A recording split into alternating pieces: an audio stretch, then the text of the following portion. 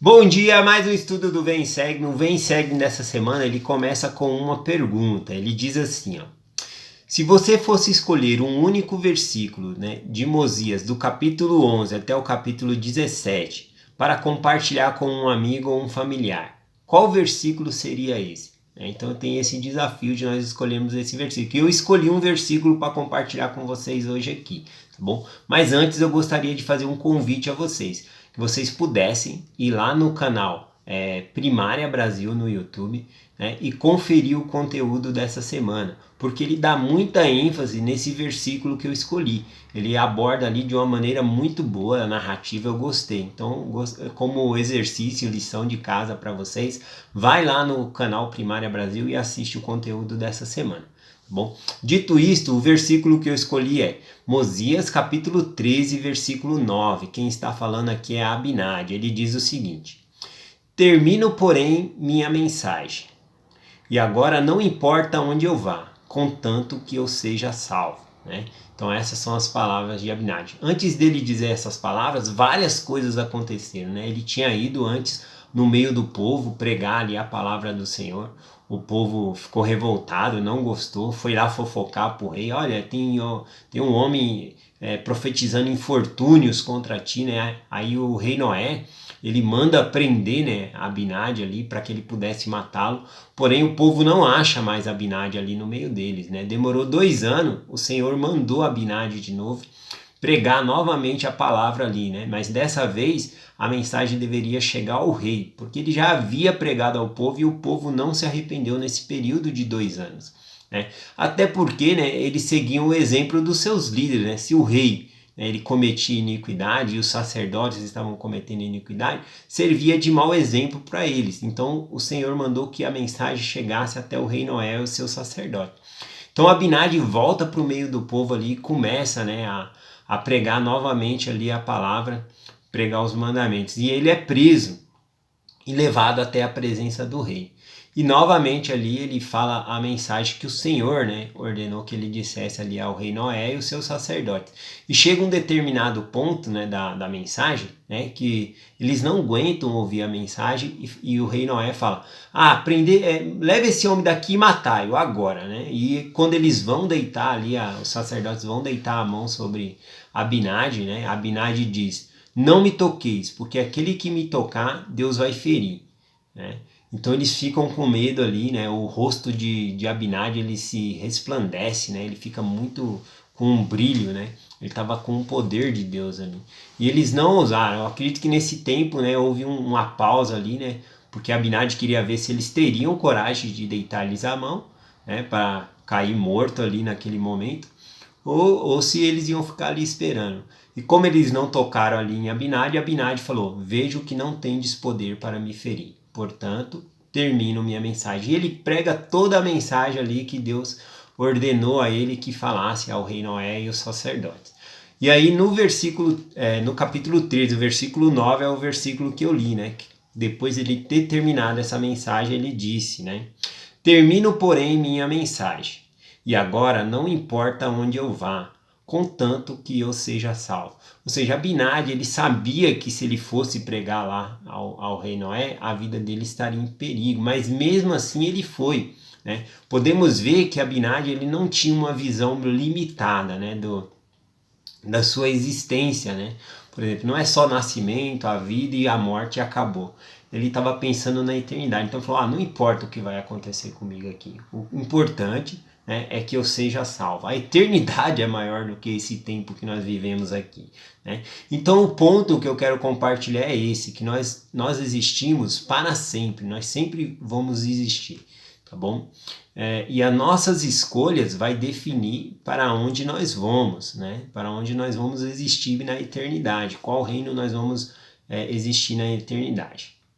Então, por que nós vamos passar a maior parte de nosso tempo, né, o máximo de tempo possível nessa terra, tentando aproveitar, né, os prazeres da terra? Festa, diversão, ficar pensando só nisso. Porque as nossas escolhas vai definir para onde nós vamos. Né?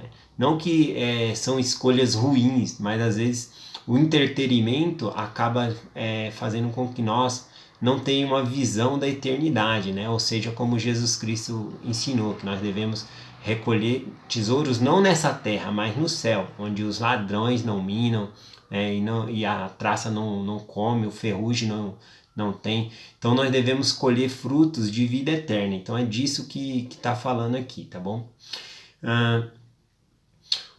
O ponto que eu quero compartilhar é esse, que se nós ficarmos vivendo o mais confortável possível aqui, né, nessa terra, né? Será que nós continuarmos vivendo da maneira que nós estamos vivendo hoje em dia, as promessas de Deus vai se cumprir em nossa vida? Será que nós vamos ter a vida eterna se nós continuarmos vivendo e levando a mesma vida que nós estamos levando agora? Então nós devemos sair da nossa zona de conforto para ir para um lugar melhor. E aí eu escolhi aqui um trecho, né, da música da Ana Vitella, né? Uma música bem conhecida por todo mundo por causa da sua letra, é muito bonita, é o Trem Bala. Eu escolhi 2 trechinhos aqui que me ajudou a ponderar um pouco, né? O primeiro diz assim: é saber se... não vou tentar cantar não, que fica ruim. É saber se sentir infinito num universo tão vasto e bonito. É saber sonhar. Então fazer valer a pena cada verso daquele poema sobre acreditar. Se eu for cantar aqui fica ruim. Então é a gente se sentir infinito, a gente saber, né, que não é só essa vida aqui, a gente vai continuar existindo depois dessa vida. Então é importante que nós tomamos decisões baseadas na eternidade, né, nas consequências dessas decisões, tá bom? Então o outro trecho que eu gostei bastante é esse aqui, ó. Não é sobre chegar no topo do mundo e saber que venceu. É sobre escalar e sentir que o caminho te fortaleceu. Então eu acho que ser exaltado, né, voltar a ter a vida eterna, voltar a viver com Deus, né, é mais do que o que nós podemos fazer. É o que a gente está se tornando, né? Assim como ela diz na frase aqui, né? Não é chegar no topo do mundo e dizer que venceu, mas sim saber que o caminho, né, a escalada te fortaleceu. Então eu acredito que nós somos salvos, né, na eternidade mais pelo que nós nos tornamos do que pelo que nós fazemos. Tá? Parece um pouco contraditório o que eu estou dizendo aqui, mas eu vou ler uma escritura que vai explicar melhor. Segundo Nef, capítulo 25, versículo 23, tá bom? Então Nef, ele diz o seguinte: pois trabalhamos diligentemente para escrever, a fim de persuadir nossos filhos e também nossos irmãos a acreditarem em Cristo e reconciliar-se com Deus. E essa é a parte que eu quero compartilhar com ênfase. Ele diz assim: pois sabemos que é pela graça que somos salvos, depois de tudo o que pudermos fazer. Pela graça que somos salvos, a graça é a expiação de Jesus Cristo. Então é pela expiação de Jesus Cristo que nós somos salvos, depois de tudo o que pudermos fazer. E depois de tudo o que pudermos fazer, não é o mesmo de por causa do que você pode fazer. Tá bom? Então tem essa diferença aqui também nesse versículo. Então eu acredito que nós vamos conseguir a vida eterna, a nossa exaltação, voltar a viver com Deus e Jesus Cristo em família, por causa daquilo que nós nos tornamos, tá bom? Então essa caminhada, essa jornada aqui na Terra, né, vai nos moldando e nos tornando pessoas melhores. E é isso que o Senhor lhe quer. Ele quer que essas experiências impactuem em nossa vida e nós nos transformamos em melhores pessoas, tá bom? Então eu deixo essa mensagem, era esse versículo que eu gostaria de compartilhar. Né? Esse versículo aqui de Abinadi mostra que ele está visualizando a eternidade. Né? Não importa o que vai acontecer comigo aqui, contanto que eu seja salvo. Então eu deixo essa mensagem em nome de Jesus Cristo. Amém. Até amanhã.